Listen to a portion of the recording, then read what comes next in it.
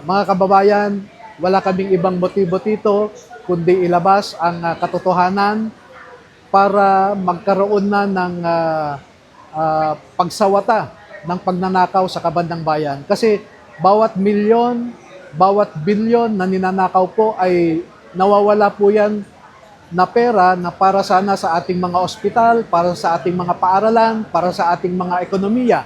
Pero napupunta lamang sa bulsa ng ibang mga matataas at maimpluwensyang mga politiko. Magtulungan po tayo para matigil na po ito. Oo, na-traffic po kami kanina pero makita nyo naman, kompleto na po ang 18 at may mga kasama pa kaming karagdagan na magbibigay ng kanilang testimonya. So may mga dagdag sir na magsasalita. Meron Ano ba po. yung 14 ba yun sir? Oo, kasama po sila sa 14, no? Pero yung 10 kasi ay nasa malalayong lugar sila at kinakailangan nila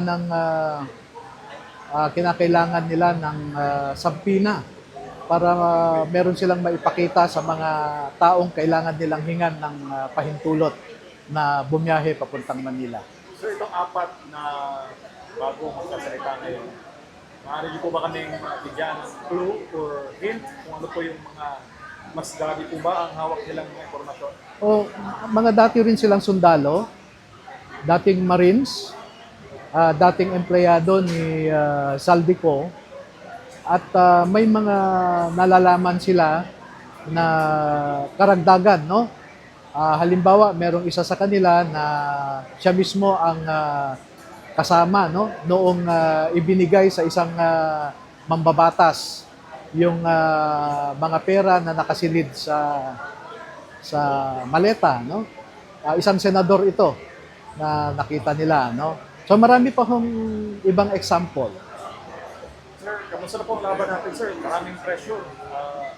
Nababasa po yun ng taong bayan, no? At updated po ang taong bayan sa mga hinahaharap po ng mga challenges ng birthday team. Oh, simple lang dapat ang tingnan ng ating mga kababayan, no? Sino ho ba ang humahadlang para lumabas ang mga nalalaman ng mga saksi ng pinakamalaking nakawan sa kabandang bayan, no? Po, salamat sa pamumuno ni Senator Pia Cayetano sa Blue Ribbon Committee na gusto niyang ipagpatuloy ang pagdinig nila para lumabas at malaman ng taong bayan kung sino talaga ang mga nagnakaw. Pero meron namang ibang grupo dyan na pinagtatakpan nila, pinapahirapan kami. Halimbawa na lamang si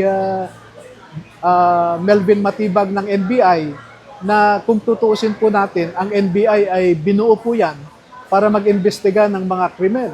Ngunit ngayon, ang mga nagbubunyag ng mga krimen ang iniimbestigahan ni Matibag. So, isa po siya sa nagtatakip para hindi lumabas ang katotohanan. Sir, last si Mayor Benji Magalong, former PNP chief, Mayor, nawagan po na protektahan daw yung mga nagsasabi ng totoo at yung mga nagbubulyag po ng sulto. Oo, maraming salamat sa panawagan ni Mayor Magalong na yan. Pero ang mas importanteng sinabi niya ay 90% daw ng mga congressmen o congresswomen ay corrupt, no? Nabanggit niya yon at hindi niya nabanggit yung mga Senate naman. So yun po ang kwan. Totoo po yun. Gusto naming patunayan ang binanggit ni Mayor Magalong na 90% ng mga congressmen, congresswomen ay corrupt. Sir, last, mensahe po niyo sa taong bayan. Mga kababayan, wala kaming ibang motibo dito kundi ilabas ang katotohanan para magkaroon na ng pagsawata ng pagnanakaw sa kabandang bayan. Kasi bawat milyon, bawat bilyon na ninanakaw po ay nawawala po yan na pera na para sana sa ating mga ospital, para sa ating mga paaralan, para sa ating mga ekonomiya. Pero napupunta lamang sa bulsa ng ibang mga matataas at maimpluwensyang mga politiko. Magtulungan po tayo para matigil na po ito. Salamat.